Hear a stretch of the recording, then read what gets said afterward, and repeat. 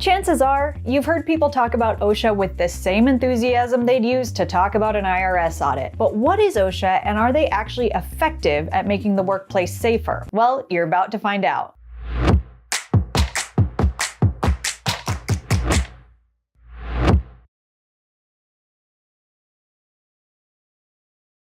Hi, I'm Rachel with Ally Safety. I'm a safety professional, but I don't work for OSHA. My career was built on helping companies stay in compliance with OSHA. So now that's out of the way, let's get going. So, OSHA stands for the Occupational Safety and Health Administration. Congress established it in 1971 following its enactment of the Occupational Safety and Health Act of 1970. This legislation was in response to the growing concerns over workplace accidents that had resulted in a crazy 14,000 worker deaths and 2.5 million disabled workers annually in the 2 previous years leading up to the bill's passing. Seriously, I'm not even joking.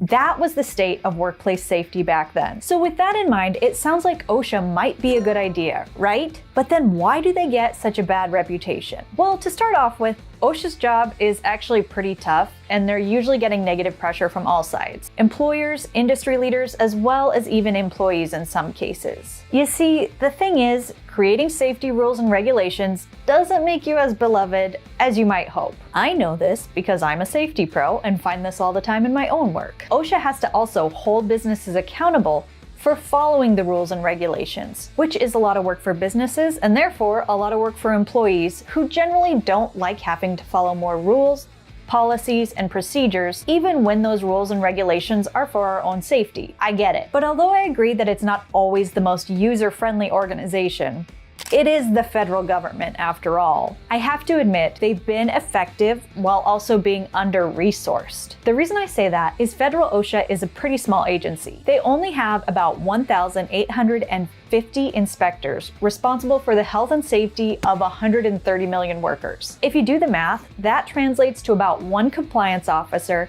for every 70,000 workers. I know, talk about a rough job. They also generally have a pretty small budget, about $590 million each year. So with limited money and resources, here's what they've been able to do. Since its beginning in 1971, OSHA has been able to decrease worker deaths in America significantly. Remember at the beginning when I mentioned OSHA was created to decrease the 14,000 deaths occurring annually? Well, they've been able to drastically decrease those numbers by about 70%. In 2020, 4,764 workers died on the job. Is that still too many workplace deaths? Yes, absolutely.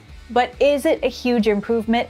Also yes. Worker injury and illnesses are also down by about 75%, from 10.9 incidents per 100 workers in 1972 to 2.7 per 100 in 2020. So when it comes to OSHA, is it the user-friendly, smooth operating agency of our dreams? No, it's the federal government. Does the general population always appreciate the extra rules and regulations? No. But has the agency improved workplace safety? Undoubtedly yes. And that's your quick intro to OSHA. As always, thanks for watching. Make sure to hit that like and subscribe button.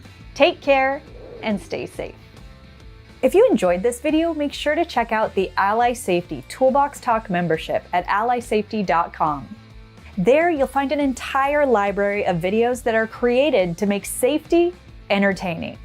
I'll see you there at allysafety.com.